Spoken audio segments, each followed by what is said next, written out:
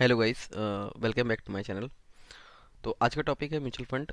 काफ़ी क्यूरी भी आ रही थी म्यूचुअल फंड से रिलेटेड। तो एक वीडियो की सीरीज़ है ये स्टार्ट जो कर रहे हैं अपने चैनल पे म्यूचुअल फंड से रिलेटेड। अभी भी अगर इस वीडियो के बाद भी किसी को कोई भी क्यूरी रहती है तो कमेंट करें। कमेंट का रिप्लाई ज़रूर मैं करूँगा और उस पर भी कोई वीडियो बनाने की कोशिश करूँगा। तो आई शुरू करते हैं। पहला म्यूचुअल फंड जो मैंने सेलेक्ट किया है वो निपॉन इंडिया है। निपॉन इंडिया इसलिए क्योंकि निपॉन इंडिया का जो लास्ट जो भी रिटर्न रहा है वो काफ़ी अच्छा है।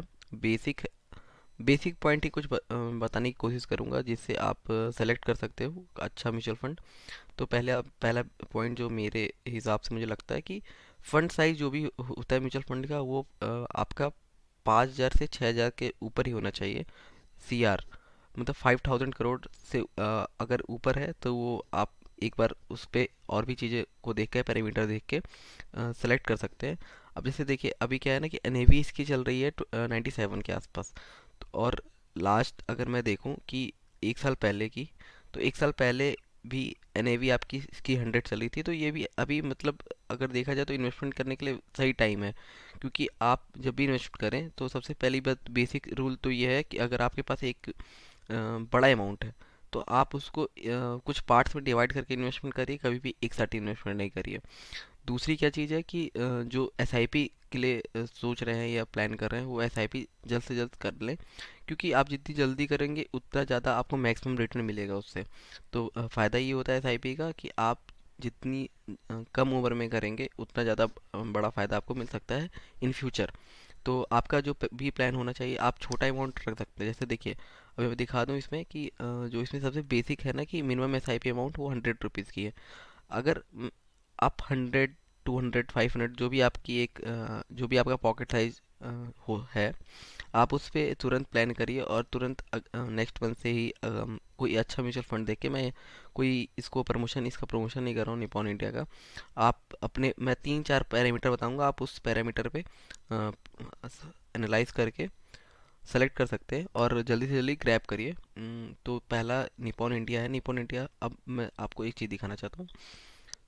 पहली बात तो आप ये चीज़ देखो कि कैश फ्लो जो होना चाहिए वो 3% से ऊपर होना चाहिए। आप जो भी म्यूचुअल फंड चूज़ कर रहे हो उसका पहला पहला पॉइंट है कि वो 5,000 करोड़ से एबव हो।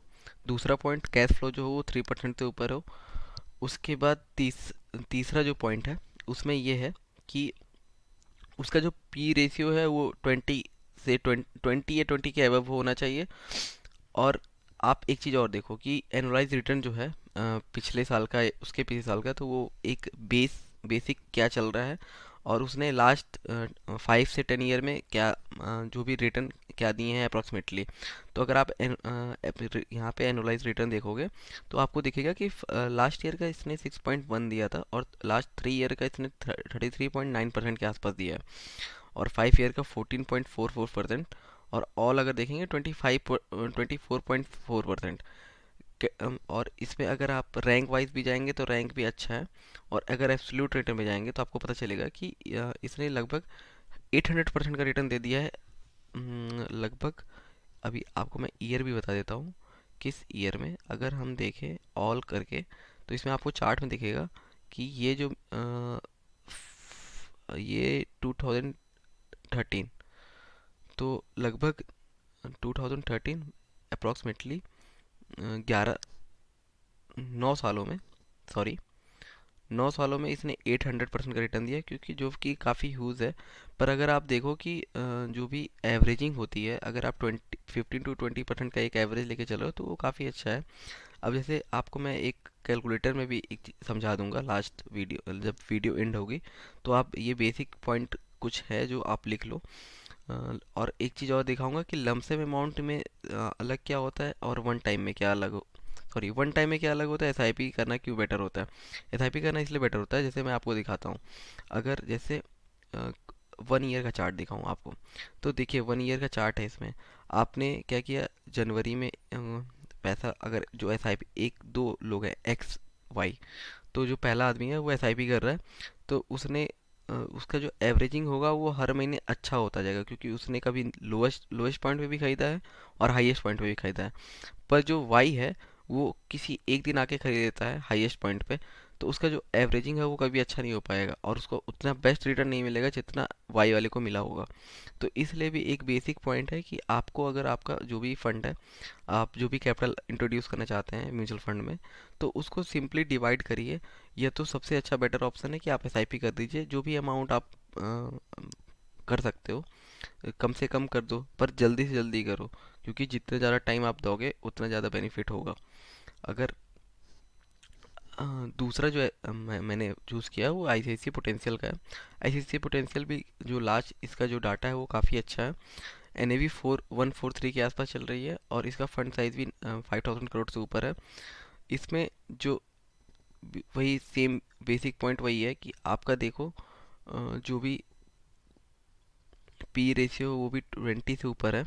और मैंने दिखाई दिया आपका फंड साइज जो है वो 9000 करोड़ के आसपास है। और एसआईपी अमाउंट 100 रुपये है। आप मतलब मिनिमम 100 रुपये डाल के भी इन्वेस्ट करना शुरू कर सकते हो। तो इस इन्वेस्ट करना शुरू करें। और बेसिकली जो भी नए लोग हैं वो एसआईपी को एक इन्वेस्टमेंट प्लान बना सकते हैं। तीसरी जो चीज़ थी वो एक्सपेंस रेशियो था। एक्सपेंस रेशियो आपको कम करना पड़ेगा। जिसका भी 1% से कम है वो ही उसी उसी म्यूचुअल फंड को चूज़ करें। मैंने आपको लगभग 4 पैरामीटर बताए हैं। पहला पैरामीटर है 5000 करोड़ से ऊपर होना चाहिए म्यूचुअल फंड का जो फंड साइज़ है। दूसरा पैरामीटर है कि उसमें उसमें एक सेकेंड सॉरी, पहला मीटर पैरामीटर ये हो गया फंड साइज 5000 करोड़ से ऊपर होना चाहिए। दूसरा पैरामीटर क्या है कि उसका जो कैश फ्लो हो वो 2.5 या 3% से ऊपर हो। और चौथा पॉइंट तीसरा पॉइंट है पी रेशियो 20 से अबव होना चाहिए, 20 से नीचे नहीं। और चौथा पॉइंट जो है वो ये है कि एक्सपेंस रेशियो जो होता है जो कि म्यूचुअल फंड कंपनी आपसे ही लेती है, वो 1% से नीचे होना चाहिए। तो मैंने जितने भी म्यूचुअल फंड आपको दिखाए जैसे निपॉन इंडिया, अभी मैं थोड़ा इसको अगर छोटा कर दूं तो आप एक बार में इसको देख लोगे। निपॉन इंडिया, निपॉन इंडिया, आप देखो इसमें क्या है कि पी रेशियो 23.93 है। और बेसिक आप मिनिमम एस आई पी 100 रुपये से कर सकते हो। इसका एक्सपेंस रेशियो 87 का है।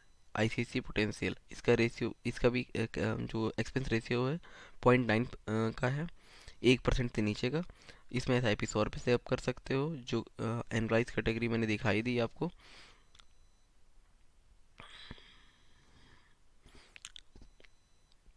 ज़्यादा कॉम्प्लेक्स करने की ज़रूरत नहीं है। आप सिंपल वे में कुछ कुछ चीज़ पैरामीटर को रख के भी कर सकते हो।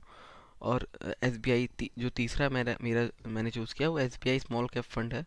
इसका भी इसलिए क्योंकि जो एस बी आई है उसमें वो भी एक काफ़ी बड़ा ब्रांड है अगर देखा जाए इंडिया के हिसाब से। और म्यूचुअल फंड जो इसमें साइज जो है वो 15,000 करोड़ के आसपास है, वो भी काफ़ी अच्छी है। और अगर मैं अभी आपको एनराइज रिटर्न दिखाऊं जो लास्ट ईयर का रहा है वो भी काफ़ी अच्छा है। और एब्सोल्यूट रिटर्न में भी आपको दिखेगा कि ये 800% के आस से भी ऊपर है। आईसीआईसी में आपको एब्सोल्यूट परसेंट मैंने नहीं दिखाया, अभी वो भी मैं दिखा देता हूँ। आप भी देखो, चेकआउट करो। इसमें भी 600% के आसपास रिटर्न है लास्ट 9 ईयर में। अगर मैं सही हूँ तो एक बार चेक कर लेते हैं आपके सामने भी। तो लास्ट इसने, ये भी 9 ईयर का है डाटा है, तो 9 ईयर के हिसाब से इसने भी 600% का रिटर्न दिया है। और एस बी आई ने सबसे अच्छा दिया है क्योंकि इसका जो डाटा डाटा के हिसाब से अ, अगर हम देखें तो ये लगभग इसने दिया है 9 ईयर में 8% सॉरी 800%।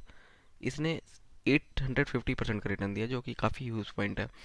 और लास्ट 5 ईयर में भी 85% का रिटर्न, और लास्ट 3 ईयर में ज़्यादा, क्योंकि जब मार्केट शूट अप हुई थी 2020 में तो हर म्यूचुअल फंड, जितने भी म्यूचुअल फंड थे उन्होंने काफ़ी अच्छा रिटर्न दिया है। आप देखो ये पॉइंट था गिरने का। अगर किसी ने एसआईपी की होगी तो उसको काफ़ी अच्छा रिटर्न मिला होगा। पर अगर एक सेकंड के लिए मान लेते हैं कि किसी ने इस पॉइंट पे एक लमसम अमाउंट डाला होगा। अगर हम जैसे थोड़ा चार्ट को बड़ा जूम करें तो मैं आपको एक चीज़ दिखाता हूँ कि जैसे दो लोग हैं जो एक एसआईपी करता है और एक डायरेक्ट पैसा मतलब वन टाइम में पैसा डालता है। तो दोनों में फ़र्क क्या आता है? फ़र्क ये आता है, आपको पता नहीं है, जैसे आप मार्केट में एक्टिव नहीं हो तो आपको पता नहीं कि मार्केट अभी ऊपर जा रहा है कि नीचे जा रहा है, और आपने एक बार में पैसा कहीं डाल दिया किसी पॉइंट पे, हो सकता है आपने किसी नीचे पॉइंट पे ही डाला पर मार्केट वहाँ से गिर गई। अब सोचो कि किसी ने इस पॉइंट पे भी डाला होगा, 56 से नेवी चल रही थी उस समय, और मार्केट जब क्रैश हुई होगी तो उसको लगभग 20 to 25% का ब्रेक डाउन दिखा रहा होगा अपने म्यूचुअल फंड में। म्यूचुअल फंड हम एसेट और इन्वेस्टमेंट देखते हैं, जब हम पहली बार अगर अपना पैसा पुट कर रहे हैं तो जो हमारा मनी के साथ हमारा जो अटैचमेंट है वो काफ़ी इनिशियल होता है, कि हम काफ़ी इमोशनल डिसीजन भी लेने लगते हैं। तो उससे क्या होता है कि जब हम लॉस को देखते हैं तो वो हमारे माइंड को एब्जॉर्व नहीं होता है, और हम डर के मारे फियर में आके उस चीज़ों को गलत कर देते हैं। तो मैं मेरा कहना यही है कि आप सिंपल वे में दो तीन चीज़ें रखो, कि आपको जब भी इन्वेस्ट करना है तो आपका जो प्लान होना चाहिए वो 3 to 5 ईयर का होना चाहिए, इससे छोटा नहीं। अगर SIP कर रहे हो तो आप लॉन्ग टर्म देखो, 10 ईयर, 15 ईयर, 20 ईयर। आप जितना बड़ा प्लान रखोगे उतना ज़्यादा बेनिफिट होगा आपको, आपके फ्यूचर में बेनिफिट होगा, आपको जो इंटरेस्ट होगा वो काफ़ी अच्छा मिलेगा। जैसे अगर हम अभी कैलकुलेटर पे चलते हैं, ग्रो के कैलकुलेटर पे ही, ग्रो का कैलकुलेटर भी काफ़ी सही है। अगर आपको SIP और ये सब से रिलेटेड कुछ भी चीज़ें देखनी हो तो अभी मैं चलता हूँ। अब जैसे मैं आपको दिखाता हूँ, सिंपल सिंपल थोड़ा करते हैं। अगर मैं इसको कर दूँ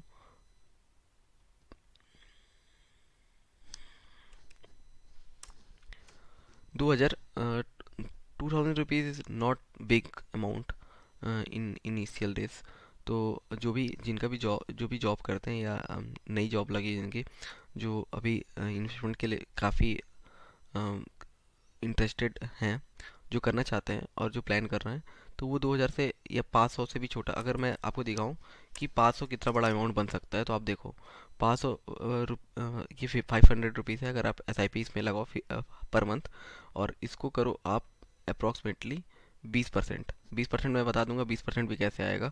अगर आप रेगुलर वॉच करोगे वीडियो तो काफ़ी चीज़ें हैं, बेसिक पॉइंट से ही आपको समझ में आने लगेगा कि जो परसेंट ऑफ रिटर्न होता है उसको कैसे बढ़ाया जाता है, कैसे उसको प्लस किया जाता है, कंपाउंड कैसे किया जाता है। अब जैसे देखिए, अभी अब मैं सिंपल वे में बताऊँ, 500 रुपीज़ आपने पर मंथ में डाला और 30 ईयर्स के लिए डाला।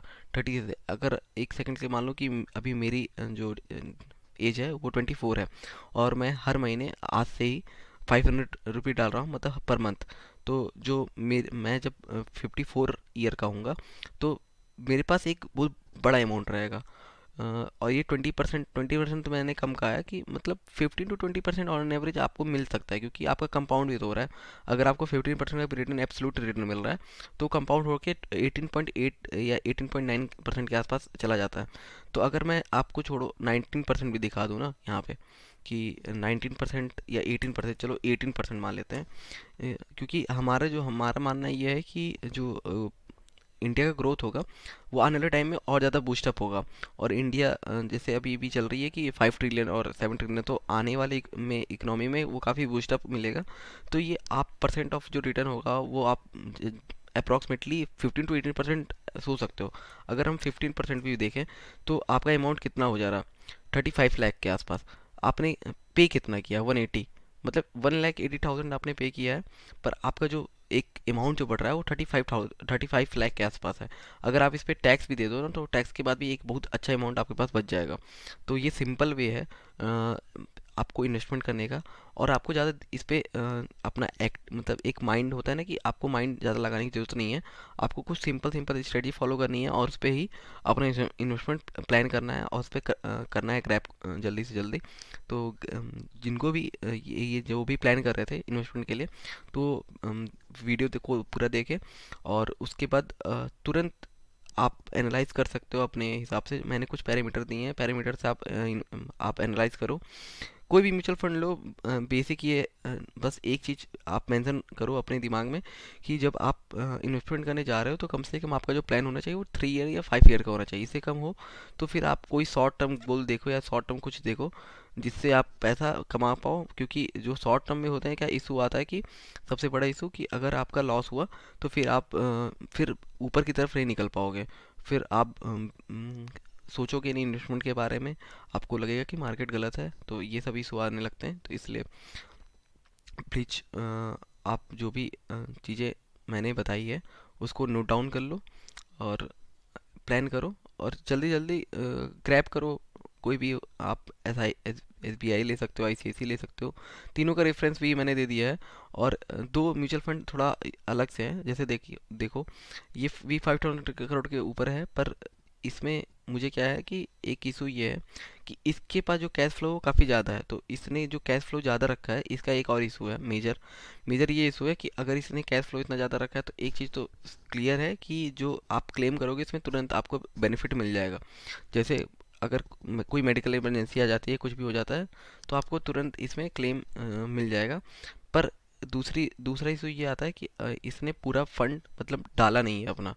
मतलब आप समझ लो कि अगर 7,000 करोड़ का 3% भी निकालो तो अप्रोक्सीमेटली वो 3% के आसपास, मतलब वो सात 2,110 करोड़, मतलब 210 करोड़ के आसपास आएगा वैल्यू।